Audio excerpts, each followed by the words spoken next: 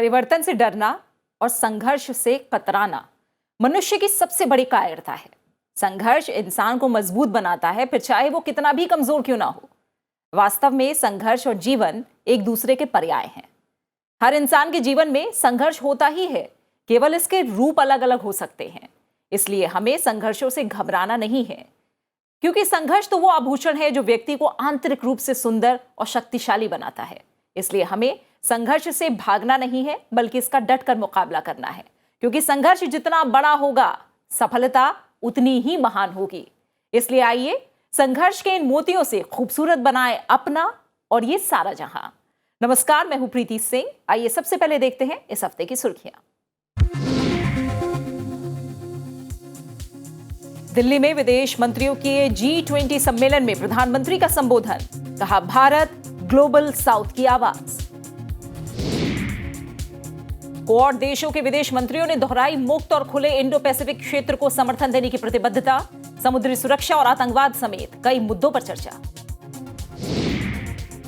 Britain और यूरोपीय संघ के बीच नया समझौता, उत्तरी आयरलैंड प्रोटोकॉल के कारण उत्पन्न तनाव को हल करने का प्रयास। समर्थन के लिए ब्रिटिश पीएम ने किया बेलफास्ट का दौरा।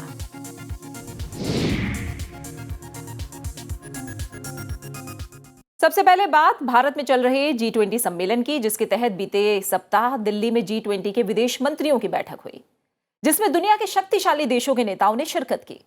बदलती वैश्विक परिस्थितियां और कई अहम भू राजनीतिक चुनौतियों के बीच इस बैठक को बेहद अहम समझा जा रहा है। इस दौरान प्रधानमंत्री ने G20 विदेश मंत्रियों की बैठक को संबोधित किया और कहा कि वित्तीय संकट, जलवायु परिवर्तन, महामारी, आतंकवाद और पिछले कुछ वर्षों में होने वाले युद्धों के मद्देनजर वैश्विक शासन दोनों मामलों में कहीं ना कहीं नाकाम रहा है, जिसके परिणाम लगभग सभी विकासशील देशों को झेलने पड़ रहे हैं।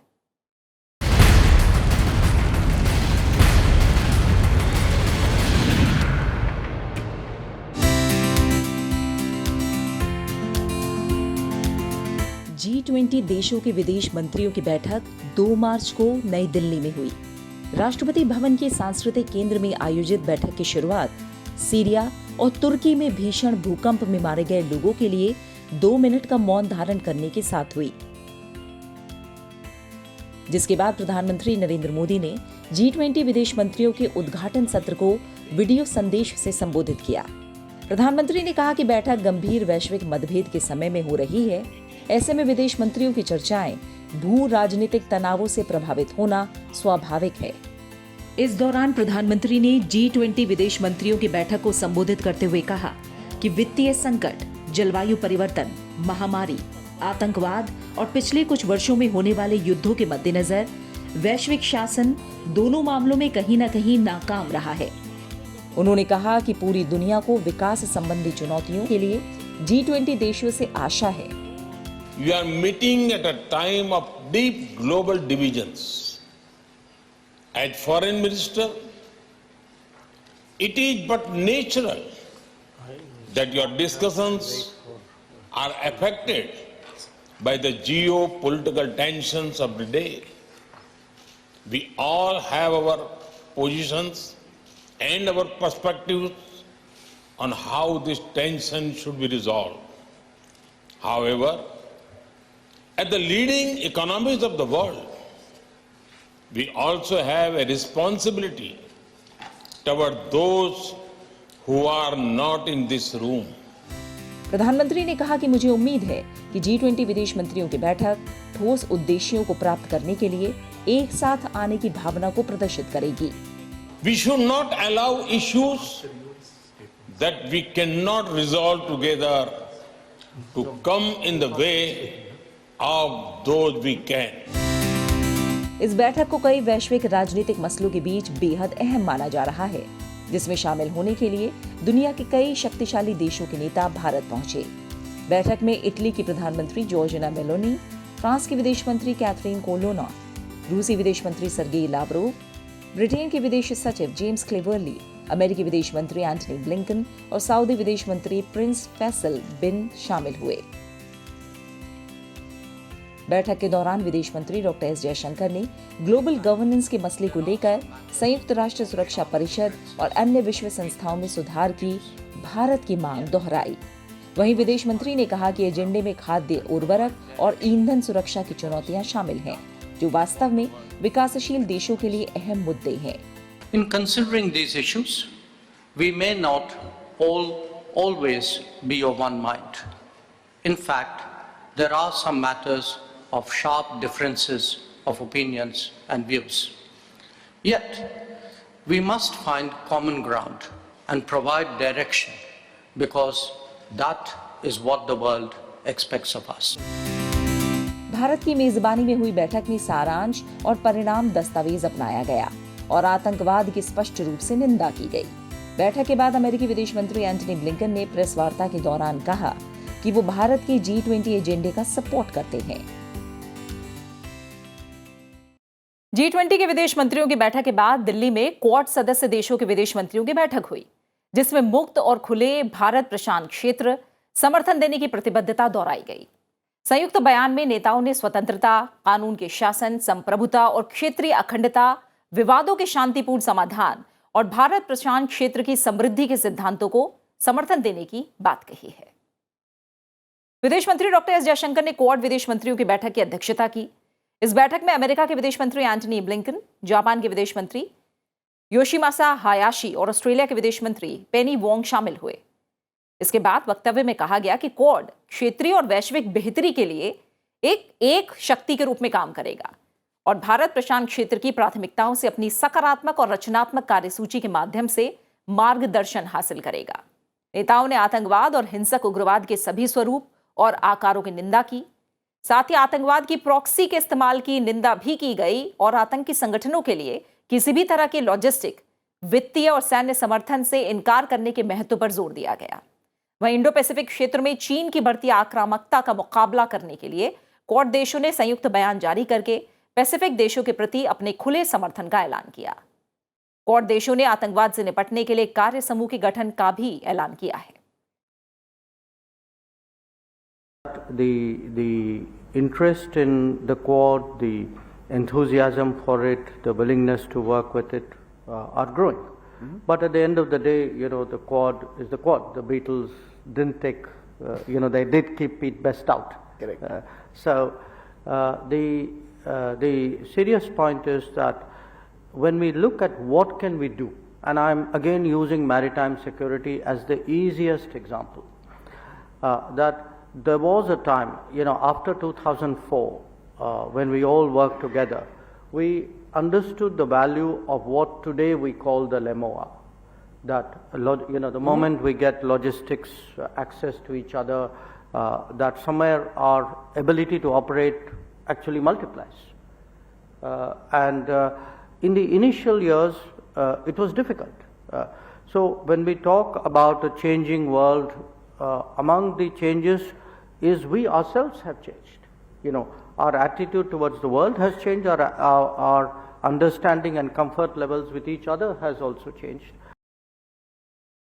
जिनेवा में मानवाधिकार परिषद के 52वें सत्र की 27 फरवरी से शुरुआत हुई। सत्र की शुरुआत यूएन महासचिव एंटोनियो गुतेरेस ने की। वहीं सत्र के दौरान आतंकवाद को मानवाधिकार के लिए गंभीर खतरा बताते हुए भारत के विदेश मंत्री एस जयशंकर ने आतंकवाद पर पूरी दुनिया को जीरो टॉलरेंस की नीति पर काम करने की अपील की। अपने एक वीडियो संदेश में बिना किसी देश का नाम लिए भारतीय विदेश मंत्री ने आतंकवाद को मानवाधिकारों का सबसे अक्षम्य उल्लंघन बताया और इसे अंजाम देने वालों को हमेशा जवाबदेह ठहराए जाने की अपील की है।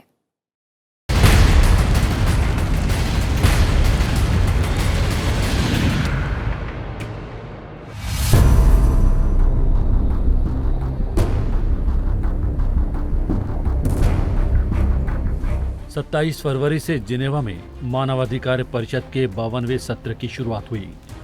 सत्र का उद्घाटन करते हुए संयुक्त राष्ट्र महासचिव एंटोनियो गुतेरेस ने मानवाधिकार परिषद को संबोधित करते हुए कहा कि मानवाधिकार विलास की वस्तु नहीं, जिन्हें देश की अन्य समस्याओं के समाधान तलाश किए जाने तक छोड़ दिया जाए।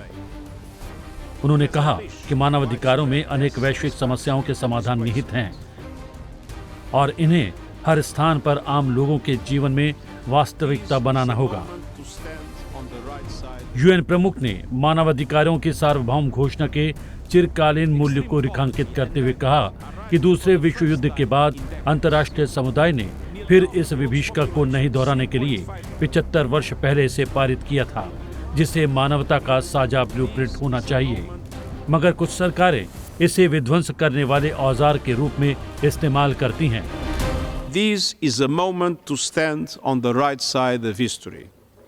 A moment to stand up for the human rights of everyone, everywhere. We must revitalize the Universal Declaration and ensure its full implementation to face the new challenges of today and tomorrow. वहीं भारत की ओर से मानवाधिकार पर अपना पक्ष रखते हुए 28 फरवरी को भारत के विदेश मंत्री एस जयशंकर ने किसी देश का नाम लिए बगैर आतंकवाद को बढ़ावा देने वाले देशों पर जमकर निशाना साधा। अंतर्राष्ट्रीय समुदाय से आतंकवाद को कतई बर्दाश्त नहीं करने की नीति प्रदर्शित करने की अपील करते हुए विदेश मंत्री ने कहा कि ये समस्या मानवाधिकार का सबसे अक्षम्य उल्लंघन है और इसे अंजाम देने वालों को हमेशा जवाबदेह ठहराया जाना चाहिए। संयुक्त राष्ट्र मानवाधिकार परिषद के 52वें सत्र के उच्च स्तरीय सत्र में एक वीडियो संदेश में विदेश मंत्री एस जयशंकर ने कहा कि भारत उन वैश्विक चुनौतियों, खास तौर से आतंकवाद से निपटने में सबसे आगे रहा है जो मानवाधिकारों पर प्रतिकूल प्रभाव डालती हैं। विदेश मंत्री ने ये भी कहा कि पिछले 3 साल दुनिया के लिए कठिन रहे हैं और विकासशील देश सबसे ज्यादा प्रभावित हुए हैं। The last 3 years have been difficult for the entire world, and developing countries have been hit the hardest. Challenges of the COVID pandemic, rising prices of fuel, fertilizers and food grains, and growing debt burdens have adversely affected the enjoyment of human rights by people globally. Our collective efforts to achieve the Sustainable Development Goals have been seriously set back. Mr. President, we have been at the forefront of dealing with other global challenges which adversely impact on human rights, especially terrorism. India believes that the world must resolutely display zero tolerance in this regard. After all, terrorism is the most indefensible violation of human rights and has no justification in any circumstances. कोविड-19 महामारी की चुनौतियों, ईंधन, उर्वरकों और खाद्यान्नों की बढ़ती कीमतों और बढ़ते कर्ज के बोझ ने वैश्विक स्तर पर मानवाधिकारों पर प्रतिकूल प्रभाव डाला है। आतंकवाद के लिए जिम्मेदार किसी देश का नाम लिए बगैर एस जयशंकर ने कहा कि भारत का मानना है कि दुनिया को आतंकवाद पर पूरी तरह से शून्य सहिष्णुता का प्रदर्शन करना चाहिए। और खबर ब्रिटेन से, जहां ब्रेक्जिट को लेकर प्रधानमंत्री ऋषि सुनक ने यूरोपीय संघ के साथ एक अहम समझौता करके सालों से चले आ रहे विवादों को हल करने का प्रयास किया है। ईयू के साथ इस नए समझौते को विंडसर फ्रेमवर्क का नाम दिया गया है, जिसके जरिए यूके और यूरोपीय संघ के साथ व्यापार और अन्य संबंधों में सुधार करने की उम्मीद जताई जा रही है।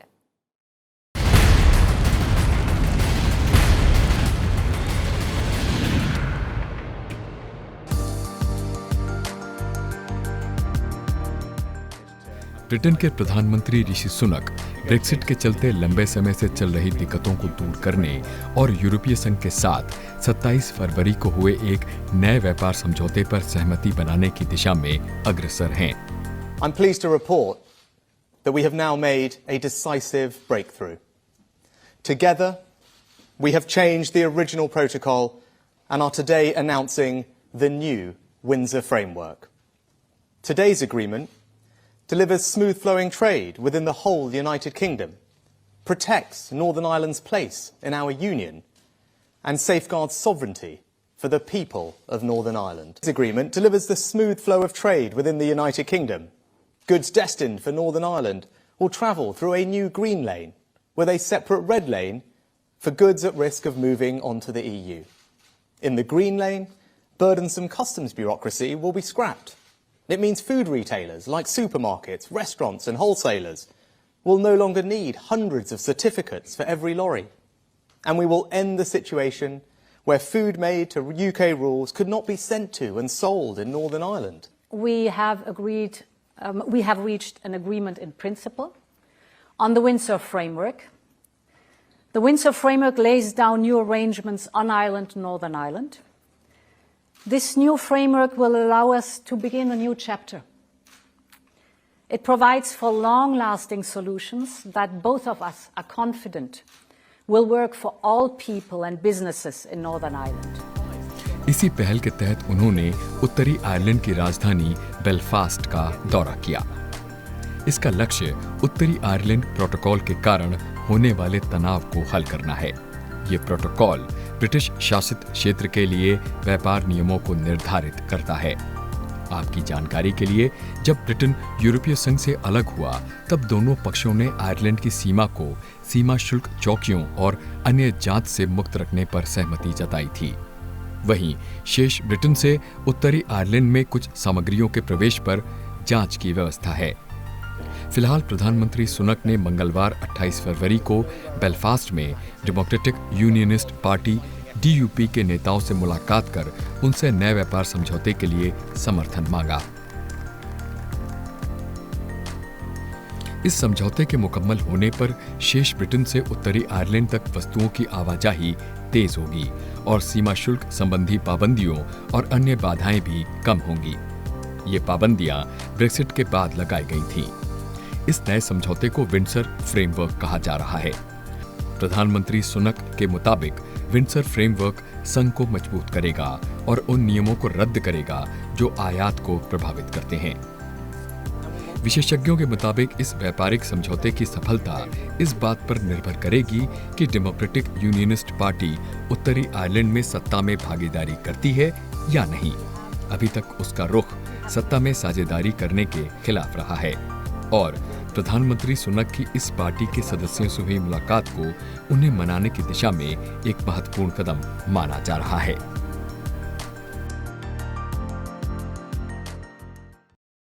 खबर ग्रीस से, जहां 28 फरवरी को एक हाई स्पीड ट्रेन और मालगाड़ी की आमने सामने की टक्कर हो गई। लारिसा शहर के पास हुए इस हादसे में मरने वालों की संख्या लगातार बढ़ रही है। मृतकों में ज्यादातर युवा छात्र थे। हादसे के बाद ग्रीस के तमाम शहरों में बड़े प्रदर्शन हुए। राजधानी एथेंस में रेलवे कंपनी हेलेनिक ट्रेन के मुख्यालय के बाहर प्रदर्शनकारियों की पुलिस के साथ झड़प भी हुई। इस घटना के बाद 3 दिन का राष्ट्रीय शोक घोषित किया गया।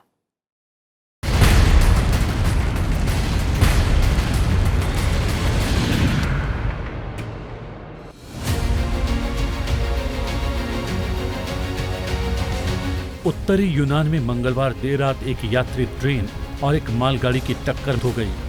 हादसे के बाद देश के परिवहन मंत्री ने इस्तीफा दे दिया। कारा मानलिस ने कहा कि उन्हें लगता है कि ऐसे हादसे के चलते उन्हें इस्तीफा दे देना चाहिए। Θα διερευνήσουμε με απόλυτη σοβαρότητα, με απόλυτη διαφάνεια τα αίτια αυτού του τραγικού συμβάντος. Ό,τι όμως πούμε τώρα θα είναι πρόημο και στην ουσία με αυτόν τον τρόπο। आधिकारिक जानकारी के अनुसार यात्री ट्रेन राजधानी एथेंस से थेसालोनिकी की तरफ जा रही थी। इसमें सैकड़ों यात्री सवार थे, जिनमें कई छात्र भी थे जो छुट्टियों के बाद विश्वविद्यालय लौट रहे थे। Αναποδογυρίζαμε μέσα στο βαγόνι μέχρι να πέσουμε πλάγια και να σταματήσει τέλος πάντων η ορμή του. Μετά ένας πανικός, καλώδια, φωτιές, κατευθείαν η φωτιά. Δηλαδή όσο αναποδογυρίζαμε και εγώ ήμασταν κιόλας. Πήρε φωτιά δεξιά-αριστερά. Κατεβήκαμε κάτω, είχε πιάσει φωτιά δίπλα μας και είδε το παιδί εδώ μια τρύπα. Οπότε καταφέραμε να βγούμε. वहीं 28 फरवरी की देर रात एथेंस से लगभग 380 किलोमीटर उत्तर में स्थित टेम्पे के पास हुई इस दुर्घटना की वजह का अभी तक पता नहीं चल पाया है। घटना में नजदीकी शहर लारिसा के स्टेशन मास्टर को बुधवार को गिरफ्तार कर लिया गया, जबकि 2 अन्य लोगों से पूछताछ चल रही है। Για τον εντοπισμό εγκλωβισμένων ατόμων στον τόπο του σιδηροδρομικού δυστυχήματος. Τα γερανοφόρα οχήματα αφαιρούν διαρκώς τμήματα της επιβατικής αμαξοστοιχείας, δημιουργώντας χώρο στους πυροσβέστες ώστε να ελεγχθεί το εσωτερικό των βαγονιών. यूनान के प्रधानमंत्री ने घटनास्थल का दौरा करने के दौरान कहा कि सरकार घायलों के इलाज और मृतकों की पहचान में मदद करेगी। मित्सोताकिस ने कहा कि हम इस त्रासदी की वजह का पता लगाएंगे और हर संभव प्रयास करेंगे कि इस तरह की चीजें फिर से न हों। Βιώνουμε σήμερα ως χώρα, μιλάμε για μια ανίποτη τραγωδία. Η σκέψη μας σήμερα είναι πρώτα και πάνω απ' όλα με τους συγγενείς των θυμάτων. Η υποχρέωσή μας είναι να περιθάλψουμε τους τραυματίες και από εκεί και πέρα να ταυτοποιήσουμε. हादसे में मरने वालों की संख्या में लगातार इजाफा हो रहा है। मृतकों की संख्या 50 से ऊपर बताई जा रही है। हादसे के बाद ग्रीस के तमाम शहरों में बड़े प्रदर्शन हुए।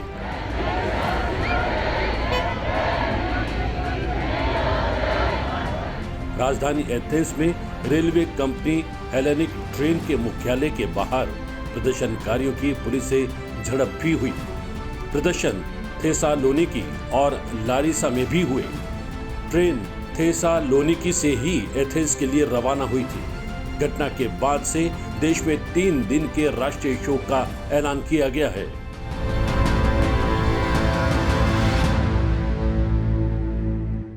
और इन तमाम बड़ी खबरों के बाद आइए एक नजर डालते हैं दुनिया की कुछ और अहम खबरों पर।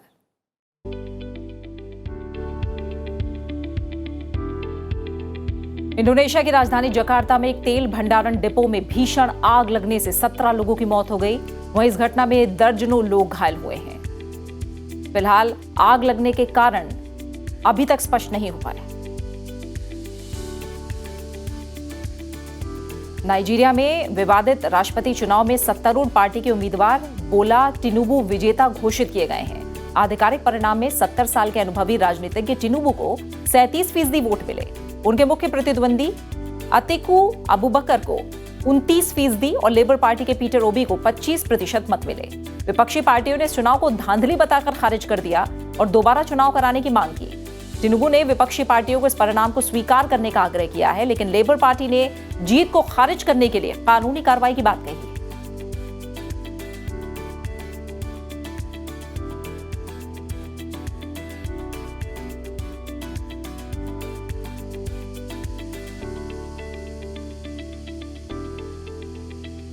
पश्चिम एशियाई देश ईरान में स्कूली लड़कियों पर एक बार फिर घातक हमला हुआ है। यहां राजधानी तेहरान और उत्तर पश्चिमी शहर अर्दबिल के कम से कम 10 स्कूलों को संदिग्ध केमिकल गैस अटैक से निशाना बनाया गया।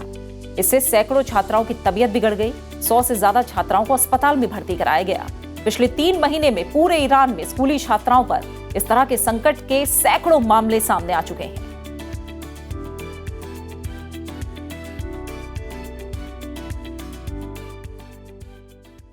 और अब बात कुछ ऐसी खबरों की जिनमें देखे जा सकते हैं दुनिया भर से संस्कृति, हुनर और कला के रंग। पश्चिम अफ्रीका के देश बुर्किना फासो में तमाम विषमताओं के बावजूद कला प्रेमियों का खास टेलीविजन महोत्सव में हिस्सा लेना आशा की नई उम्मीद जगाता है। बीते दिनों बुर्किना फासो की राजधानी ओगाडोगो में लोगों ने सुरक्षा चिंताओं के बावजूद महाद्वीप के प्रमुख फिल्म समारोह में भाग लिया। पिछले साल पश्चिमी अफ्रीकी देश में 2 तख्ता पलट के बावजूद राजनीतिक अस्थिरता के कारण ओगाडोगो के पैन अफ्रीकी फिल्म और टेलीविजन महोत्सव को निलंबित कर दिया गया था, जो अलकायदा और इस्लामिक स्टेट से जुड़े समूहों द्वारा इस्लामवादी विद्रोह का सामना कर रहा है। लेकिन बावजूद इसके इस बार बुर्किना फिल्म महोत्सव में लोगों ने बढ़ चढ़कर भागीदारी की, जो एक आशा भरा संकेत देता है। इस फिल्म महोत्सव में प्रतियोगिता के लिए कुल 170 फिल्मों का चयन किया गया, जिनमें 15 फीचर फिल्में और लगभग 30 लघु फिल्में यानी शॉर्ट फिल्म्स शामिल हैं।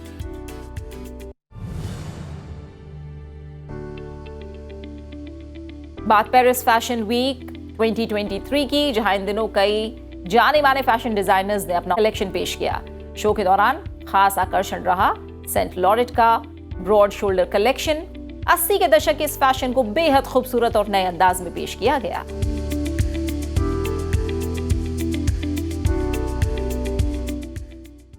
और इसी के साथ फिलहाल सारा जहां के इस अंक में इतना ही। आप इस कार्यक्रम को YouTube पर भी देख सकते हैं। अपनी राय, सुझाव और प्रतिक्रिया हमारे साथ साझा कर सकते हैं, जिसका हमें बेसब्री से इंतजार रहता है। आप अपना अच्छे से ख्याल रखिए और मुझे दीजिए इजाजत। नमस्कार।